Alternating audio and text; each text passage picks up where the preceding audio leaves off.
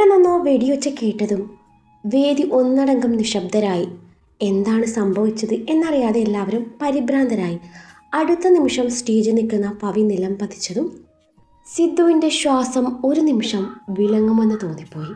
സിദ്ധു അങ്ങോട്ട് ഓടിയെത്തിയതും സ്റ്റേജിൽ രക്തം പടർന്നിരുന്നു. അവൻ ശ്വാസം എടുക്കാൻ പോലും മറന്നു പോയൊരു നിമിഷം. വെടിയുണ്ടേറ്റ് അവളുടെ വയറിൽ നിന്നും രക്തം ഒഴുകിക്കൊണ്ടിരുന്നു. ചൂടൻ രക്തം ചോർന്നൊഴുകുമ്പോൾ അവളുടെ ശ്വാസം വിലങ്ങുന്നത് പോലെ. ചുറ്റുമുള്ള ലോകം മങ്ങി തുടങ്ങിയെങ്കിലും അവളുടെ കണ്ണുകൾ അവനെ മാത്രം തേടിക്കൊണ്ടിരുന്നു. അവൻ വിറച്ചുകൊണ്ട് അവളെ നെഞ്ചോട് ചേർത്ത് പിടിച്ചു. അവളുടെ തല തൻ്റെ തോളിന്മേൽ നിർത്തി. പവി, നിനക്കൊന്നും സംഭവിക്കില്ല എന്ന് പറഞ്ഞുകൊണ്ടിരുന്നെങ്കിലും തൻ്റെ ശബ്ദത്തിലെ ഭയം അവന് തന്നെ മറയ്ക്കാൻ കഴിഞ്ഞില്ല. അവൻ്റെ കൈകൾ രക്തത്തിൽ നനഞ്ഞു. വേദന ശരീരമാകെ പടർന്നെങ്കിലും അവൾ അതെല്ലാം കടിച്ചമർത്തി. ഹോസ്പിറ്റലിലേക്കുള്ള യാത്രയിൽ അവൻ്റെ മുഖത്ത് നിറഞ്ഞ ഭയം കാണുമ്പോൾ അവളുടെ കണ്ണുകളിൽ ഒരു സാന്ത്വനമുണ്ടായി. മന്ദമായി അവൾ അവനെ നോക്കി. അത്രയും വേദനയ്ക്കിടയിലും അവളുടെ അധരങ്ങളിൽ ഒരു ചെറു പുഞ്ചിരി വിരിഞ്ഞു. ഞാൻ ഇവിടെ തന്നെയുണ്ട് എന്ന് പറയുന്ന പോലൊരു ചെറു പുഞ്ചിരി. അവളുടെ വിരലുകൾ ദുർബലമായി അവൻ്റെ ഷർട്ടിൽ പിടിച്ചു, അവനെ ആശ്വസിപ്പിക്കാൻ എന്ന പോലെ. സമയം നിശ്ചലമായതുപോലെ ആ നിമിഷം നീണ്ടു നിന്നു. വേദനയും ഭയവും നിറഞ്ഞ ഒരു നിമിഷം, പക്ഷെ അതിലും കൂടുതലായി സ്നേഹത്തോടെ നിറഞ്ഞ ഒരു നിമിഷം. സിധു, ഞാൻ മരിച്ചു പോവോ? അവളുടെ ശബ്ദം അത്രയും ദുർബലമായിരുന്നുവെങ്കിലും ആ ചോദ്യം അവൻ്റെ ഹൃദയത്തിൽ ഒരു വെടിയുണ്ട പോലെ തന്നെ കുത്തിപ്പൊട്ടി. ഒരു നിമിഷം അവൻ മിണ്ടാതെ നിന്നു. അവളുടെ കണ്ണിലേക്ക് നോക്കാൻ പോലും അവന് ധൈര്യമുണ്ടായില്ല. അവൻ തല കുനിച്ചു. അവളുടെ മുടിയിൽ കൈവച്ച് സാവധാനം തഴുകി. ഇല്ല, അങ്ങനെ ഒന്നും സംഭവിക്കില്ല. നീ എന്നെ വിട്ടുപോവില്ല ഒരിക്കലും. അത് കേൾക്കവേ അവളൊന്ന് പുഞ്ചിരിക്കുക മാത്രമേ ചെയ്തുള്ളൂ. പവി, കേൾക്കുന്നുണ്ടോ നീ? അവൻ്റെ ശബ്ദം വിറച്ചുപോയി. ഓരോ വാക്കും അവൻ്റെ തൻ്റെ ഉള്ളിൽ നിന്ന് വലിച്ചെടുത്ത് പറയുന്നത് പോലെ. അവൾ ചെറുതായി ചിരിച്ചു. നീ കള്ളം പറയാൻ പഠിച്ചില്ലല്ലോ സിദ്ധു. അവളുടെ ശ്വാസം കുറച്ചുകൂടി മന്ദമായി. അവളുടെ കൈകൾക്ക് ശക്തി കുറയുകയായിരുന്നു. പക്ഷെ അവൻ പിടിച്ചിരുന്ന അവളുടെ കൈ അവൾ വിട്ടുകളഞ്ഞില്ല. നീ കൂടെ ഉണ്ടല്ലോ, അത് മതി, അവൾ മന്ദമായി പറഞ്ഞു. അവൻ്റെ കണ്ണുകളിൽ കണ്ണുനീർ നിറഞ്ഞു. ഞാനുണ്ടാകും എല്ലായ്പ്പോഴും, അവൻ പറഞ്ഞു. നീ ഉണ്ടാകണം എല്ലായ്പ്പോഴും, എൻ്റെ കൂടെ തന്നെ. അവൾ മറുപടി പറയാൻ ശ്രമിച്ചു, പക്ഷെ വാക്കുകൾ പൂർണ്ണമാക്കാതെ നിന്നു. അവളുടെ കണ്ണുകൾ പതിയെ പതിയെ അടയാൻ തുടങ്ങി. ഹേ പവി, കണ്ണടക്കല്ലേ, എന്നെ നോക്ക്. അവൻ ഭയത്തോടെ അവളുടെ മുഖം തനിക്ക് നേരെ പിടിച്ചു. അവൾ വീണ്ടും കണ്ണു തുറന്നു. അവൻ്റെ മുഖം, അവൾ ഏറ്റവും അധികം സ്നേഹിച്ച മുഖം, മങ്ങലോടെ അവൾക്ക് കാണപ്പെട്ടു. എനിക്ക് പേടിയില്ല സിദ്ധു, അവൾ ചുരുണ്ട ശബ്ദത്തിൽ പറഞ്ഞു. നീ കൂടെ ഉണ്ടെങ്കിൽ എനിക്ക് ഒന്നിനെയും പേടിയില്ല. അവളത് പറഞ്ഞതും അവൻ അവളെ നെഞ്ചോട് കൂടി ചേർത്ത് പിടിച്ചു. പവി, ഞാൻ ഇവിടെ തന്നെയുണ്ട്. നിന്നെ വിട്ട് എവിടെയും പോവില്ല. എന്നെ വിട്ട് നീയും പോവില്ല. ദൂരെ ഒരിടത്ത് സൈറൺ ശബ്ദം കേൾക്കാൻ തുടങ്ങി. പക്ഷെ അവർക്കായി സമയം ഇപ്പോഴും നിശ്ചലമായിരുന്നു. അവളുടെ ശ്വാസം അവൻ്റെ നെഞ്ചിൽ പതിയുമ്പോൾ അവൻ തൻ്റെ ഹൃദയമിടിപ്പുകൾ അവൾക്ക് കേൾക്കാൻ അനുവദിച്ചു. ഇത് നീ കേൾക്കുന്നുണ്ടോ? ഇത് നിനക്കായാണ് മിടിക്കുന്നത്, അവൻ ചുരുണ്ട ശബ്ദത്തിൽ പറഞ്ഞു. ആ നിമിഷം അവൾ വീണ്ടും ചെറുതായി പുഞ്ചിരിച്ചു. അറിയാം.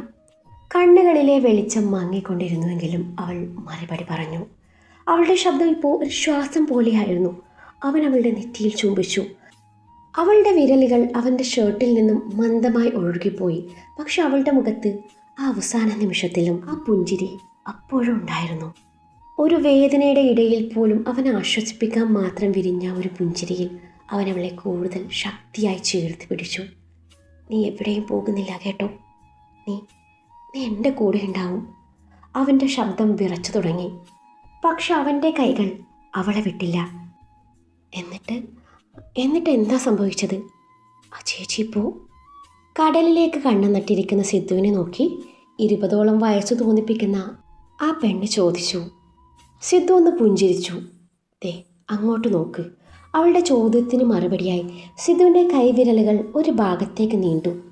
സിദ്ധു ചൂണ്ടിയ ദിശയിലേക്ക് അവൾ നോക്കിയപ്പോൾ അവളുടെ കണ്ണുകൾ ഒന്ന് നിശ്ചലമായി. വെളുത്ത പ്രകാശത്തിൽ മുങ്ങിയ ഒരു ഗാർഡൻ സെറ്റ്, ചുറ്റും ചുളിപ്പൂക്കൾ പോലെ നിറങ്ങൾ ചിതറിച്ച അലങ്കാരങ്ങൾ, മധ്യത്തിൽ പവി. അവളുടെ വയറ് മൃദുവായി വളഞ്ഞു നിൽക്കുന്നു, ഒരു പുതിയ ജീവിതത്തിൻ്റെ അടയാളം. അവളുടെ മുഖത്ത് അതേ പുഞ്ചിരി, ഒരിക്കൽ വേദനയ്ക്കിടയിലും സിദ്ധുവിനെ ആശ്വസിപ്പിച്ച ആ ഒരു പുഞ്ചിരി. ഫോട്ടോഗ്രാഫർ എന്തോ പറഞ്ഞു. പവി ചെറുതായി ചിരിച്ചു. അവളുടെ കൈ സാവധാനം വയറിന് മുകളിലൂടെ നീങ്ങി അകത്തുള്ള കുഞ്ഞിനെ തൊട്ടു എന്ന പോലെ. സിദ്ധു അവളെ നോക്കി നിൽക്കുകയായിരുന്നു. കണ്ണുകളിൽ ഒരു തിളക്കം, ഒരു ഓർമ്മ, ഒരു നന്ദി. അത് ചേച്ചിയാണോ? ആ പെൺകുട്ടി വീണ്ടും ചോദിക്കാൻ തുടങ്ങി. സിദ്ധു പതുക്കെ തലകുലുക്കി. അവൻ്റെ പുഞ്ചിരി അല്പം കൂടി ആഴമായി. അവൾ പോയില്ല, അവൻ മൃദുവായി പറഞ്ഞു. അന്ന് ഞാൻ അവളെ കൈവിടില്ലെന്ന് പറഞ്ഞല്ലോ, അവളും എന്നെ വിട്ടില്ല. പെൺകുട്ടി ആശ്ചര്യത്തോടെ പവി നിൽക്കുന്ന ഭാഗത്തേക്ക് നോക്കി. സിദ്ധു തുടർന്നു. അന്ന് സൈറൺ കേട്ടപ്പോൾ സമയം നിശ്ചലമായിരുന്ന പോലെ തോന്നി. പക്ഷെ അത് ഒന്നിൻ്റെയും അവസാനമല്ലായിരുന്നു, തുടക്കമായിരുന്നു. അവൻ്റെ ശബ്ദം ഇപ്പോൾ ശാന്തമായിരുന്നു. അവൾ അത്ര എളുപ്പം തോൽക്കില്ല. അവൾക്ക് ജീവിക്കാൻ ഒരു കാരണമുണ്ടായിരുന്നു. അത്രയും പറഞ്ഞ് അവൻ പതുക്കെ പവയുടെ അടുത്തേക്ക് നടക്കാനൊരുങ്ങി. ചേട്ടാ ഒന്ന് നിൽക്കൂ, ഒന്ന് ചോദിച്ചില്ല. അവളുടെ ശബ്ദം കേട്ട് സിദ്ധു തിരിഞ്ഞു നോക്കി.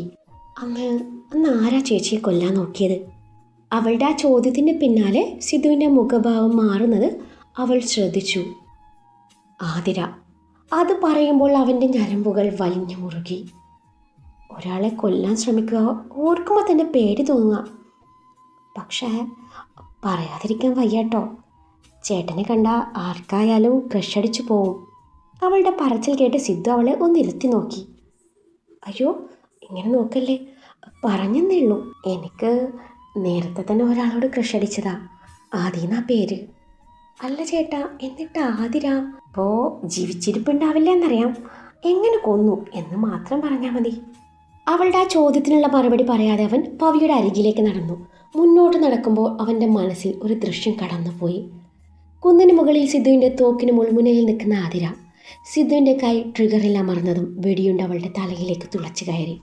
അടുത്ത നിമിഷം ഒരു തൂവൽ കണക്കെ ആതിരയുടെ ശരീരം താഴേക്ക് പതിച്ചു.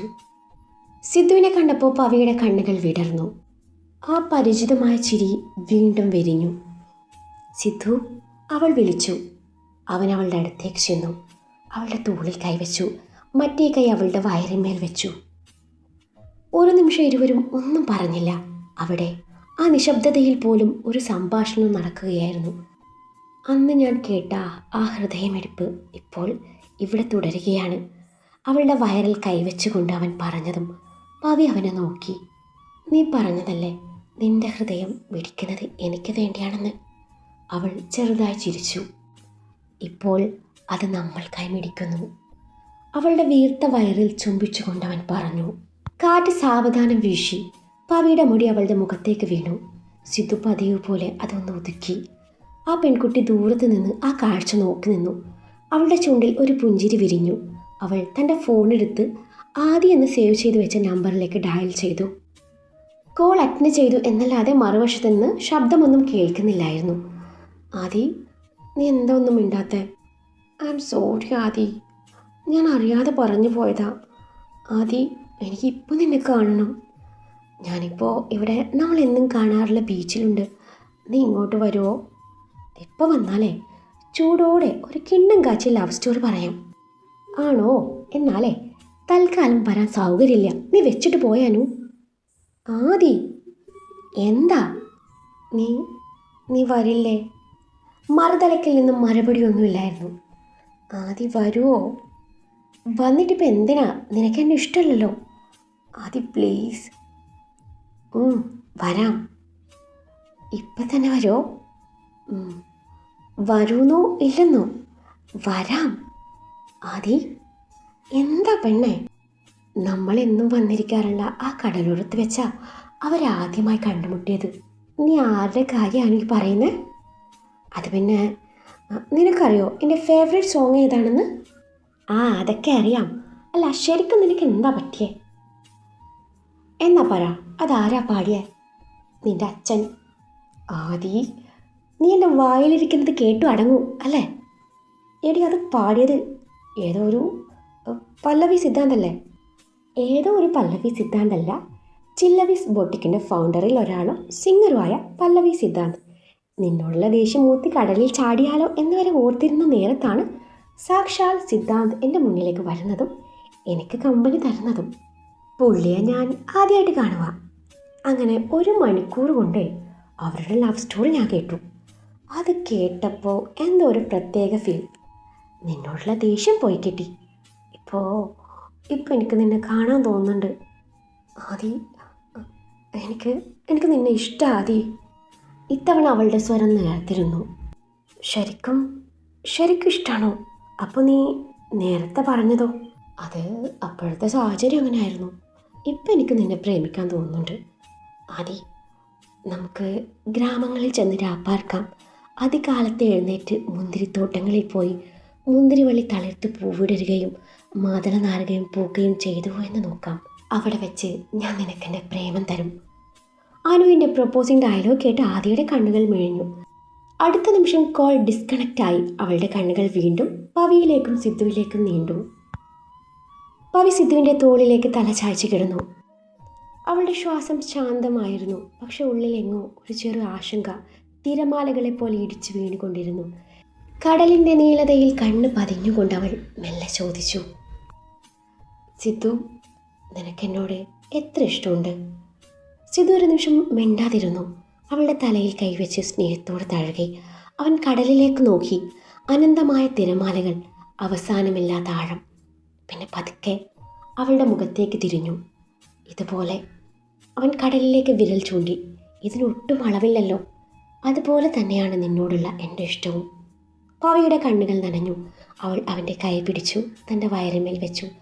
അവിടെ അവരുടെ പ്രണയത്തിൻ്റെ തെളിച്ചം ജീവിച്ചിരിക്കുന്നു. ഇനി നമ്മൾ 2 പേരല്ലല്ലോ. അവൾ പുഞ്ചിരിച്ചു. 3 പേരായി. സിദ്ധുവിൻ്റെ ഹൃദയം നിറഞ്ഞു. അവൻ അവളെ കൂടുതൽ ചേർത്ത് പിടിച്ചു. നിങ്ങൾ ഇരുവരുമാണ് ഇനി എൻ്റെ ലോകം. ഞാൻ ശ്വസിക്കുന്ന ഓരോ നിമിഷവും നിങ്ങൾക്ക് വേണ്ടിയാണ്. കടൽ തിരമാലകൾ കരയോട് അടിച്ചു പൊട്ടുമ്പോൾ അവരുടെ നിശബ്ദതയിൽ പ്രണയം കൂടുതൽ ആഴപ്പെട്ടു. സമയം പോലും അവർക്കായി കാത്തു നിന്നൊരു നിമിഷം. കടലിൻ്റെ തിരമാലകൾ പോലും അവരുടെ പ്രണയത്തിൻ്റെ സാക്ഷിയായി മൃദുവായി കരയിൽ തഴുകി മാറി. പവി സിദ്ധുവിൻ്റെ നെഞ്ചോട് ചേർന്ന് കണ്ണുകൾ പൂട്ടിക്കിടക്കുമ്പോൾ അവൻ്റെ കൈ ഇപ്പോഴും അവളുടെ വയറിന്മേൽ തന്നെയായിരുന്നു. അവിടെയുള്ള ഒരു ചെറുജീവൻ്റെ ചലനം അവനെ ഒരുപാട് അർത്ഥങ്ങളിലേക്ക് കൂട്ടിക്കൊണ്ടു പോയി. സിദ്ധു, നിനക്ക് തോന്നുന്നുണ്ടോ? പവി മൃദുവായി ചോദിച്ചു. എന്ത്? അവൻ അവളുടെ മടിയിൽ കൈ ഓടിച്ചുകൊണ്ട് തിരിച്ചു ചോദിച്ചു. അവൻ അല്ലെങ്കിൽ അവൾ ആള് നമ്മളെ കേൾക്കുന്നുണ്ടെന്ന്. അവളുടെ ശബ്ദത്തിൽ ഒരു തരം മധുരം, ഒരു മാതൃത്വത്തിൻ്റെ സ്പർശം. സിദ്ധു ഒരു നിമിഷം നിശബ്ദമായി, പിന്നെ പുഞ്ചിരിച്ചു. കേൾക്കും. നമ്മുടെ ഹൃദയമിടിപ്പുകൾ തമ്മിൽ കൂട്ടിയിടിക്കുന്ന ശബ്ദം കേട്ട് തന്നെ ആള് വളരുന്നുണ്ടാവും. അവൾ ചിരിച്ചു. അവൻ്റെ കൈ കൂടുതൽ ഉറച്ചു പിടിച്ചു. ഇവിടെ തന്നെയാണോ ലവ് ബേർഡ്സ് ഒളിച്ചിരിക്കുന്നത്? പിന്നിൽ നിന്ന് ഒരുപാട് പരിചിതമായ ശബ്ദങ്ങൾ. സിധുവും പവിയും തിരിഞ്ഞു നോക്കിയപ്പോൾ അവിടേക്ക് ചിരിയോടെ നടന്നു വരുന്നുണ്ട് അഭിയും ജീവയും തേജയും കൂടെ അവരുടെ ഭാര്യമാരും. ആ ചിരിയിൽ പഴയ ഓർമ്മകളുടെ ചൂടും സൗഹൃദത്തിൻ്റെ നിസ്സാരതയും ഉണ്ടായിരുന്നു. ഇവിടെ എന്താ സീൻ? റൊമാൻറ്റിക് ക്ലൈമാക്സോ? അഭി ചിരിച്ചുകൊണ്ട് ചോദിച്ചു. പവി അല്പം ലജ്ജിച്ച് സിദ്ധുവിൻ്റെ നെഞ്ചിൽ മുഖം ഒളിപ്പിച്ചു. ജീവ അവളെ നോക്കി പുഞ്ചിരിച്ചു. സീക്രട്ട് മീറ്റിംഗ് ആണല്ലേ? തേജ മുന്നോട്ട് വന്നു. അവൻ്റെ കണ്ണുകൾ പവിയുടെ വയറിലേക്കൊന്ന് നീണ്ടു. ഒരു നിമിഷം അവൻ മിണ്ടാതെയായി. അവൻ്റെ പക്കൽ നിന്ന അവൻ്റെ ഭാര്യ പവിയുടെ ചില്ലു. അവൾ ആ ദൃശ്യത്തെ കാണുമ്പോൾ അവളുടെ കണ്ണുകൾ അറിയാതെ നിറഞ്ഞു. അവൾ പതുക്കെ പവിയുടെ അടുത്തേക്ക് നടന്നു. പവി, അവളുടെ ശബ്ദം വിറച്ചു. പവി അവളെ നോക്കി പുഞ്ചിരിച്ചു.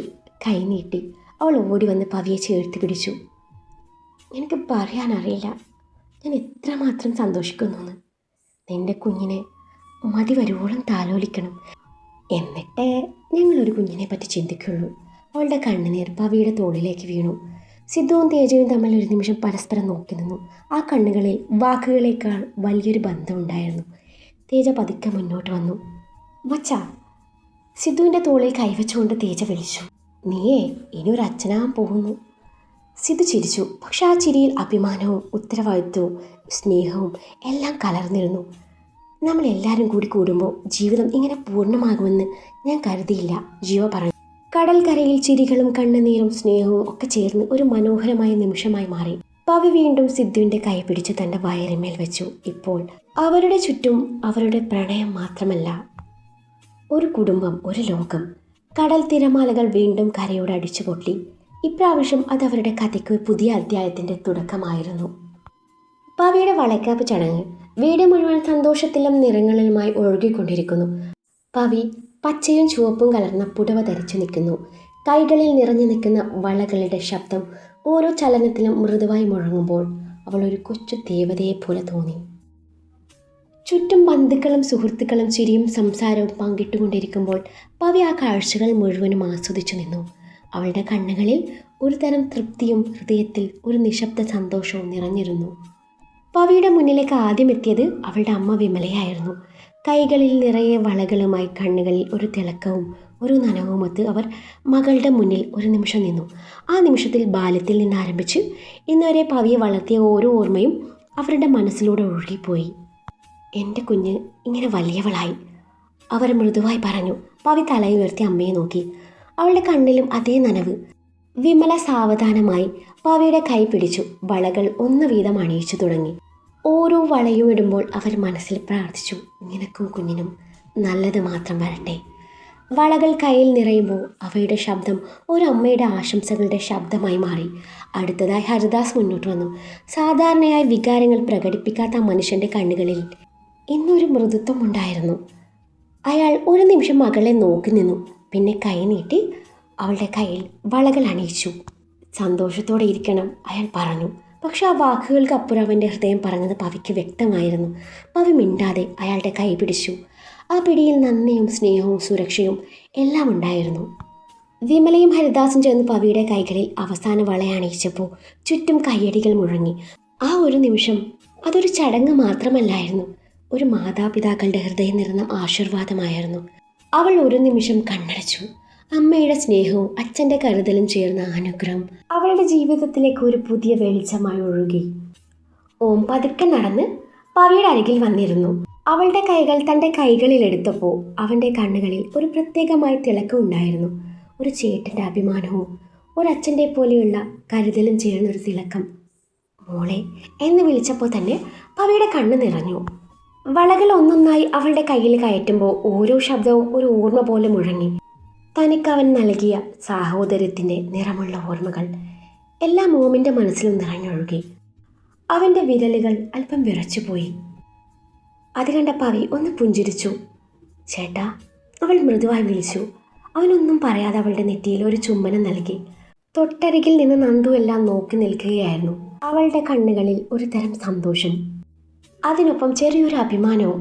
ഇങ്ങനെ സ്നേഹിക്കാൻ അറിയാവുന്ന ഒരാളെ തന്നെ ഭർത്താവായി കിട്ടിയതിൽ അവൾക്കുള്ള അഭിമാനം. അവൾ ഈമ ചിമ്മാതെ ഓമിനെ നോക്കി നിന്നു. അവൻ്റെ ഓരോ ഭാവവും ഓരോ സ്പർശവും അവളുടെ മനസ്സിൽ പതിഞ്ഞു. അതേസമയം അവരുടെ 2 വയസ്സുകാരൻ കുഞ്ഞ് തെന്നി നടന്ന് പവിയുടെ അരികിലേക്ക് വന്നു. അവൻ ചെറുതായി ചിരിക്കുമ്പോൾ അവൻ്റെ കണ്ണുകളിൽ നിഷ്കളങ്കത നിറഞ്ഞു നിന്നു. പച്ചി എന്ന് തൻ്റെ കുഞ്ഞു ശബ്ദത്തിൽ വിളിച്ച് അവളുടെ വയറിന്മേൽ തല ചായ്ച്ചു. അതിനുശേഷം അവൻ പവിയുടെ വയറിൽ ഒരു ചെറിയ ഉമ്മ നൽകി. ആ നിമിഷം എല്ലാവരും മിണ്ടാതെയായി. പവി കണ്ണുകൾ അടച്ചു. ആ ദൃശ്യം ആരൊക്കെയോ ക്യാമറയിൽ പകർത്തി. കുറച്ചകലെ നിന്ന് ഒരു ചെറുപുഞ്ചിരിയോടെ ഇതൊക്കെ നോക്കി കാണുകയാണ് സിദ്ധു. പിന്നീട് സിദ്ധു അവളുടെ അരികിൽ വന്നിരുന്നു. അവൻ്റെ നോട്ടം പവിയുടെ കൈകളിൽ കവിഞ്ഞു നിൽക്കുന്ന വളകളിൽ എത്തി നിന്നു. ഇത്രയും വളകൾ എന്നും പറഞ്ഞുകൊണ്ട് അവളുടെ കൈകൾ കുലുക്കി നോക്കി. പവി ചെറുതായി ചിരിച്ചു. ഇത് കേൾക്കാൻ കുഞ്ഞിനാണ് ഏറ്റവും ഇഷ്ടമെന്ന് പഴയ ആൾക്കാർ പറയുന്നത് കേട്ടിട്ടുണ്ട്, പവി പറഞ്ഞു. അവൻ അവളുടെ വയറിലേക്ക് ഒരു നിമിഷം നോക്കി. അതിനുശേഷം മൃദുവായി അവളുടെ കൈ പിടിച്ചു. ആ സ്പർശത്തിൽ പറഞ്ഞുകൂടാത്ത വാക്കുകളുണ്ടായിരുന്നു. ചുറ്റുമുള്ള ആഘോഷം അവരിലേക്ക് അലിഞ്ഞു ചേർന്നെങ്കിലും ആ നിമിഷം അവർക്ക് മാത്രം സ്വന്തമായിരുന്നു. വളകളുടെ ശബ്ദം, ചിരികളുടെ മുരളി, മംഗളഗാനങ്ങൾ എല്ലാം ഒരു പശ്ചാത്തലമായി മാറി. അവരുടെ സ്നേഹത്തിൻ്റെ ശബ്ദം മാത്രം വ്യക്തമായി കേൾക്കുന്നത് പോലെ. സിദ്ധു പവിയെ തൻ്റെ തോളിലേക്ക് ചായ്ച്ചു. ഇനി നമ്മുടെ ജീവിതം കൂടുതൽ മനോഹരമാകും. സിദ്ധുവിൻ്റെ ആ വാക്കുകൾ പവി കണ്ണടച്ചു കേട്ടു. ഒരു പുതിയ തുടക്കത്തിൻ്റെ മധുരം അവളുടെ ഹൃദയത്തിൽ പതിഞ്ഞു. അപ്പോൾ വീട്ടിലെ വലിയമ്മമാർ ചേർന്ന് പവിയുടെ കൈകളിൽ വീണ്ടും വീണ്ടും വളകൾ അണിയിച്ചു. ഓരോ വളയിട്ടപ്പോൾ അവർ മൃദുവായി ആശീർവാദങ്ങൾ ചൊല്ലി. കുഞ്ഞ് ആരോഗ്യമായി ജനിക്കട്ടെ, നിനക്ക് എല്ലാ നന്മയും ഉണ്ടാകട്ടെ. ആ വാക്കുകൾ പവിയുടെ ഹൃദയത്തിൽ പതിഞ്ഞു, ഒരു ആശ്വാസമായും ഒരു പ്രാർത്ഥനയായും. അവിടെ കൂടെ സിദ്ധുവിൻ്റെ അമ്മ മുന്നോട്ട് വന്നു. അവരുടെ കണ്ണുകളിൽ ഒരു നനവുണ്ടായിരുന്നു, സന്തോഷത്തിൻ്റെ, അഭിമാനത്തിൻ്റെ, കാത്തിരിപ്പിൻ്റെ. അവർ പവിയുടെ തലയിൽ കൈവച്ച് സ്നേഹത്തോടെ തലോടി. നീ ഞങ്ങളുടെ വീട്ടിലേക്ക് വന്ന ദിവസം തന്നെ ഈ നിമിഷം ഞാൻ മനസ്സിൽ കണ്ടിരുന്നു. പവി തല താഴ്ത്തി. കണ്ണുകളിൽ ഒരു ചെറുനനവോടെ അവൾ ആ വാക്കുകൾ സ്വീകരിച്ചു. സിധു അതെല്ലാം നോക്കി നിന്നു. അവൻ്റെ മനസ്സിൽ ഒരുതരം സമാധാനം നിറഞ്ഞു. ഇത് തൻ്റെ കുടുംബം, തൻ്റെ ലോകം, തൻ്റെ ജീവിതം എന്നവൻ തിരിച്ചറിഞ്ഞ നിമിഷം അവൻ പവിയുടെ കൈ കൂടുതൽ ചേർത്ത് പിടിച്ചു. കുഞ്ഞ് വരുന്നതോടെ നീ എന്നെ മറന്നു പോകുമോ? സിദ്ധു അല്പം തമാശയോടെ ചോദിച്ചു. പവി കണ്ണു തുറന്ന് അവനെ നോക്കി ചെറുതായി ചിരിച്ചു. നിനക്കെന്താ പേടി തോന്നുന്നുണ്ടോ? അവൾ ചോദിച്ചു. ഇല്ല, പക്ഷേ അവൻ വാക്കുകൾ കണ്ടെത്താൻ ശ്രമിച്ചു. നീ എൻ്റെ ആദ്യ കുഞ്ഞാണ്, അവൾ ശബ്ദം മൃദുവാക്കി പറഞ്ഞു. അവനൊന്ന് പുഞ്ചിരിച്ചു, പിന്നെ ചിരിച്ചു. ആ ചിരിയിൽ ലജ്ജയും സ്നേഹവും സന്തോഷവും എല്ലാം കലർന്നിരുന്നു. വളേക്കാപ്പിൻ്റെ മംഗളഗാനങ്ങൾ വീണ്ടും ഉയർന്നു. സ്ത്രീകളുടെ കയ്യടികളും ചിരികളും വളകളുടെ ശബ്ദവും അവയെല്ലാം ചേർന്ന് ഒരു മധുരമായ സംഗീതമായി ആ വീട്ടിൽ മുഴങ്ങി. പവി സിദ്ധുവിൻ്റെ ചുമലിലേക്ക് ചാഞ്ഞു.